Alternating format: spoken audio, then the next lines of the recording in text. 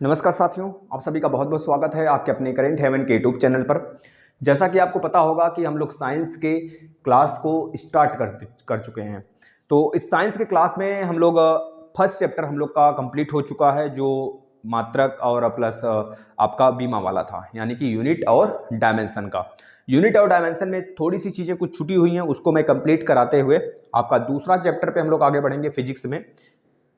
सदिश और अदिश यानी वेक्टर क्या होता है और स्केलर क्या होता है। तो वेक्टर क्वांटिटीज किसे कहते हैं और स्केलर क्वांटिटीज किसे कहते हैं, इसके बारे में पूरा अध्ययन करूंगा। जैसे ही 4-5 चैप्टर हो जाएंगे, जैसे इसके बाद हम लोग गति पर आ जाएंगे, गति और विस्थापन पर।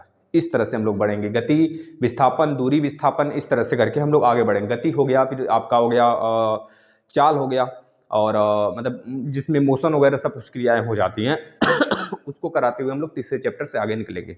तो हर एक चैप्टर को हम लोग टच करते हुए आगे चलेंगे, बहुत बढ़िया से उसको खत्म करेंगे। पूरी साइंस जो आपकी आ रही है, पूरी सीरीज साइंस की, इसको फॉलो करिए। केवीएस सुपर टेट में 20-20 नंबर की कह लीजिए कि सारी चीज़ें आपको देखने को मिल सकती हैं, और बहुत बढ़िया नंबर आप अपना उठा सकते हैं यहाँ से। चलिए, पहले तो मैंने जो बीमा कल बताया था आपको कैसे निकाला जाता है बीमा, यह मैंने आपको सिखाया था। जो बच्चे पहले क्लास नहीं देखे हैं उसको जरूर अटेम्प्ट कर लेंगे।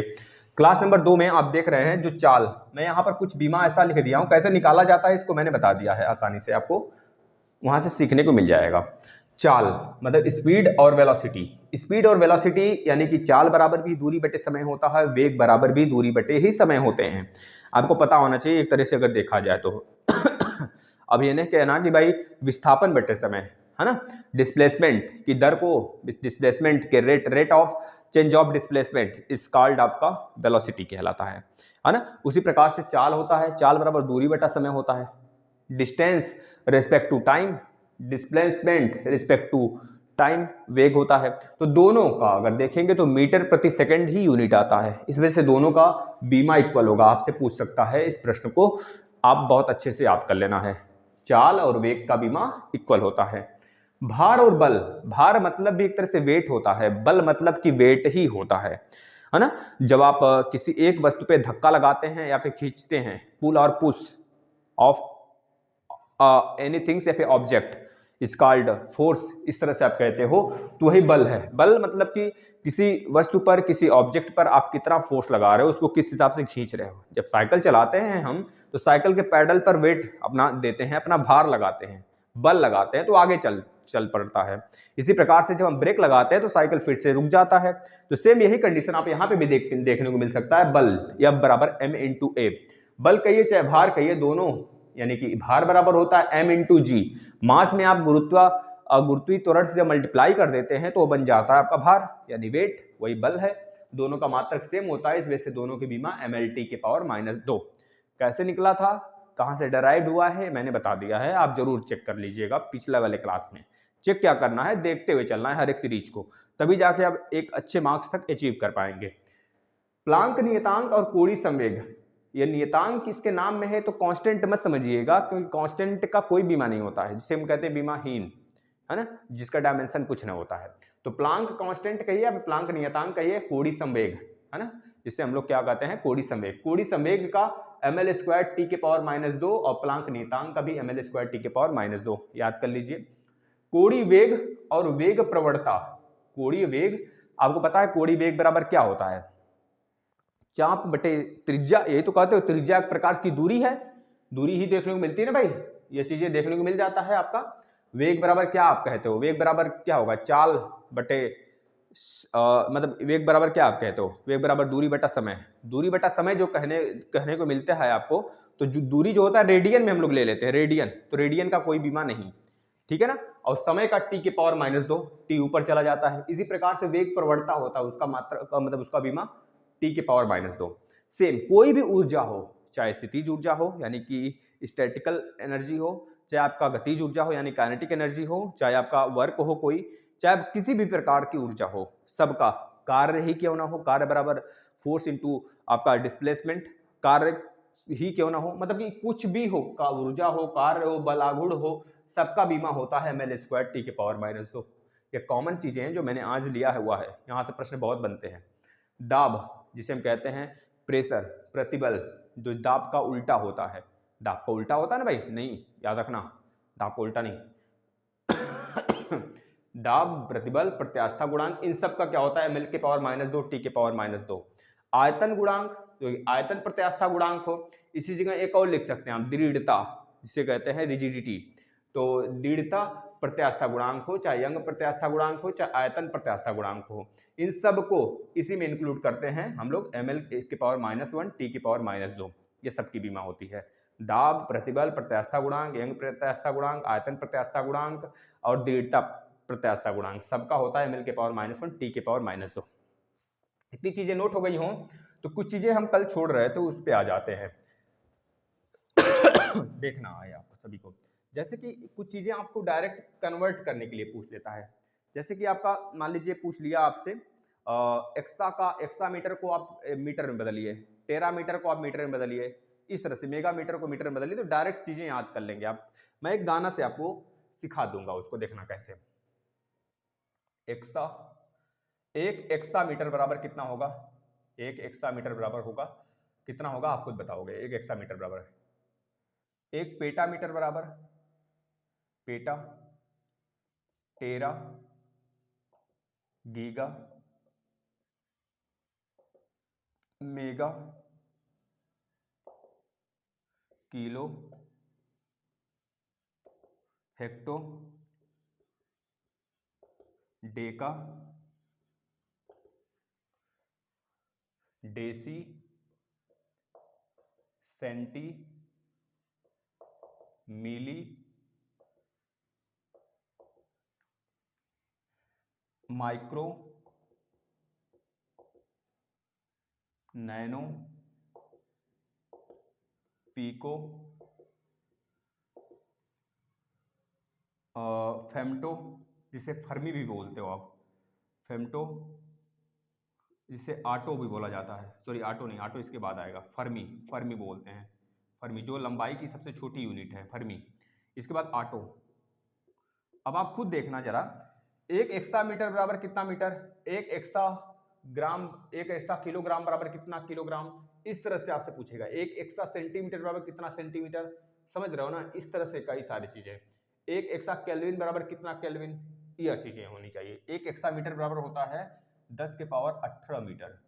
अब सब में से 3 माइनस करते आ जाइए नीचे की तरफ। एक पेटा बराबर 10 के पावर 15 मीटर, एक पेटा मीटर बराबर, एक टेरा मीटर बराबर 10 के पावर 12 मीटर, याद कर लीजिए। एक गीगा मीटर बराबर 10 के पावर 9 मीटर, ये डायरेक्ट चेंज करने के लिए आ जाएगा आपको। एक नंबर में जरूर निश्चित रूप से कहीं ना कहीं देखने को मिल सकता है आपको, तो याद होनी चाहिए। एक नंबर का मतलब आप कई रैंक से पीछे जाओगे, हजारों रैंक से पीछे जाएंगे, इस चीज को दिमाग में रखना। कंपटीशन बहुत जबरदस्त होने वाला है, तो एक एक चीज को बारीक से हमको पढ़ने हैं, समझ रहे हो। ये तो सारे लोग सही करेंगे, मैक्सिमम लोग गलत भी कर सकते हैं, तो आपको उनसे आगे निकलने के लिए कम से कम इस चीज को फाइनली अपना एक नंबर के लिए फिक्स कर लेना है। एक मेगा बराबर 10 के पावर 6 मीटर, एक किलो बराबर 10 के पावर 3 मीटर, सबको पता होगा। और एक हेक्टो बराबर, अब इसमें से माइनस मत करने लगना, 10 के पावर 2 मीटर, और डेका बराबर 10 के पावर 1 मीटर। इतनी बातें तो सबको क्लियर होंगी। अब आ जाइए डेसी में, जस्ट इसका रिवर्स यानी कि माइनस लगाते हुए सिर्फ आप चलोगे। 10 के पावर -1 मीटर, 10 के पावर -2 मीटर, 10 के पावर -3 मीटर, 10 के पावर -6 मीटर, 10 के पावर -9 मीटर, 10 के पावर -12 मीटर, 10 के पावर -15 मीटर, आटो बराबर 10 के पावर -18 मीटर। बताओ बताओ, कोई भी दिक्कत आया कहीं भी। अब आप इसे ट्रिक बना लो, जैसे मन करे वैसे याद कर लो। इसमें हम भी ट्रिक बनाए हुए हैं अपने अनुसार, गाना के माध्यम से हमने याद किया हुआ है, तो आप भी याद कर सकते हो, ठीक है ना। जैसे इसमें पूरा तेरा घाटा, इसमें तो एक्सा, पूरा मतलब पेटा, तेरा मतलब तेरा, इसमें पूरा तेरा घाटा, घाटा घाटा जी जी, तो गीगा। इसमें पूरा तेरा घाटा, मेरा कुछ नहीं जाता, तो मेरा से मेगा, कुछ नहीं से किलो। अब इसके बाद आपको याद है यहाँ तक, kilo, hecto, deca metre, deci, centi, millimetre, यहाँ तक सबको याद है। फिर उसके बाद एक एमएनपी होता है, जब आप नेट कराते हो तो नेट बहुत तेज से चलता है, एमएनपी करवा लो, स्पीड कैसा आएगा, फाड़ू आएगा। कैसा आएगा, फाड़ू आएगा, फाड़ू से fermi, MNP micro, nano, pico, MNP करवा लो, स्पीड कैसा आएगा, फाड़ू आएगा, आएगा से आटो। इस तरह से याद कर सकते हो, बहुत ज़्यादा सोचने वाली है, बहुत ज़्यादा मतलब कि एक तरह से बहुत लॉजिकल नहीं है, आप इसको रट सकते हो। अब आज यहाँ पर कुछ चीजें हम कल छोड़े थे, आज बताने। एक प्रकाश वर्ष पूछा जाता है, किसका मात्रक है, बता देना दूरी का। दूरी का सबसे बड़ा मात्रक हमने बता देना है आपको पारसेक, ठीक है। खगोली दूरी क्या होता है, खगोली मात्रक। देखिए प्रकाश वर्ष किसे कहते हैं, पहले आपको अगर यह पूछे तो प्रकाश वर्ष यानी लाइट ईयर किसे कहते हैं, तो आपको पता होना चाहिए लाइट ईयर का मतलब हो गया एक प्रकाश वर्ष, मतलब एक मतलब प्रकाश द्वारा निर्वात में एक वर्ष में तय की गई दूरी पूरी क्या कहलाती है, एक प्रकाश वर्ष कहलाता है। एक प्रकाश मतलब एक प्रकाश की चाल, 1 लाइट ईयर, एक मतलब प्रकाश की स्पीड कितनी होती है, 3 × 10⁸। तो आप इसे निकालना चाहो तो बहुत आसानी से निकाल सकते हो। एक प्रकाश वर्ष बराबर, एक प्रकाश वर्ष कैसे निकालते हो देखना जरा।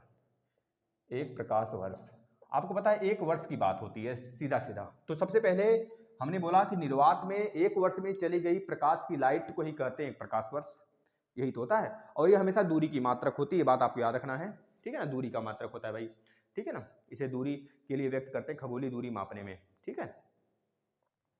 तो खगोलीय इकाई भी इसको कहा जाता है, जो खगोल का स्पेस वगैरह में दूरी मेजर किया जाता है। देखिए 3 × 10⁸ मीटर प्रति सेकंड, यह प्रकाश की चाल हो गई निर्वात में।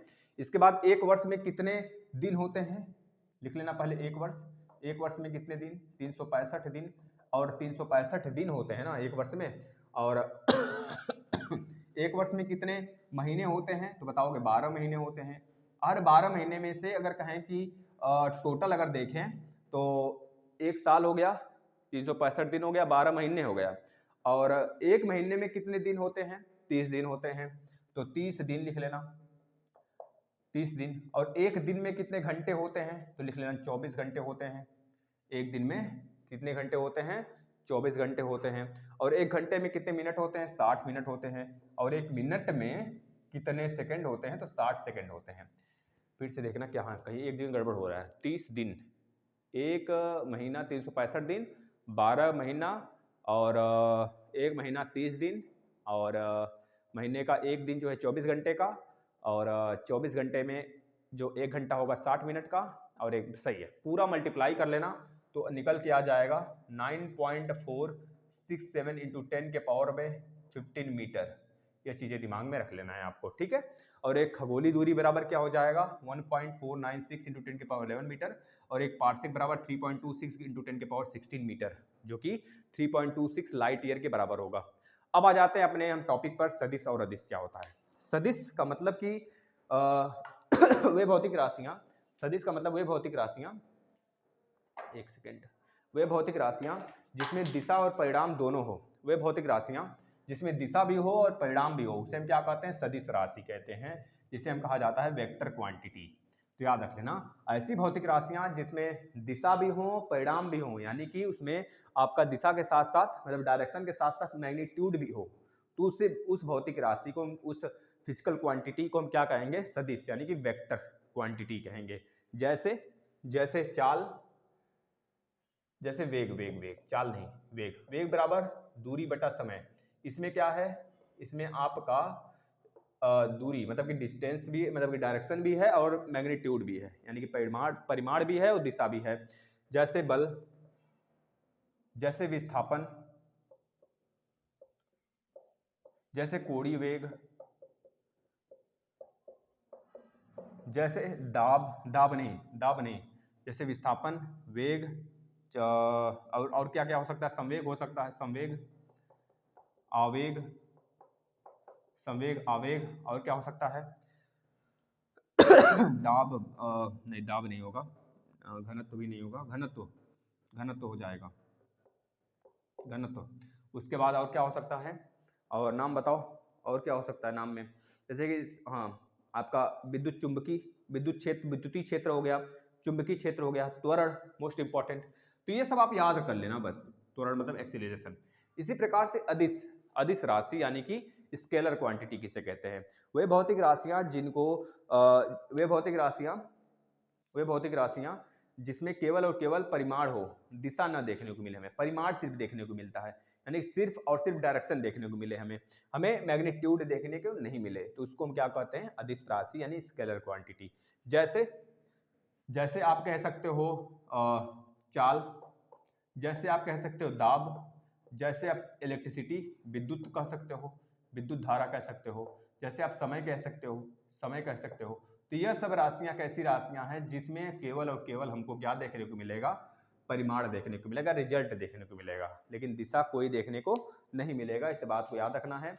और एग्जाम्पल ले सकते हो शक्ति, पावर, जैसे इसे कहते हो क्षेत्रफल, आयतन, है ना, ये सब कह सकते हो। और क्या कह सकते हो, विद्युत विभव कह सकते हो, डिस्टेंस दूरी कह सकते हो, टेम्परेचर कह सकते हो, ज्योति तीव्रता कह सकते हो।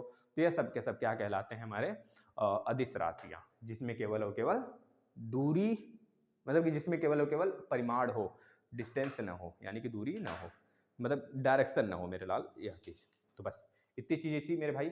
अगर आपको समझ में आता हो तो ये दूसरा क्लास आज आपका समाप्त होता है। कल नेक्स्ट से हम लोग नेक्स्ट चैप्टर पर आ जाएंगे। धन्यवाद।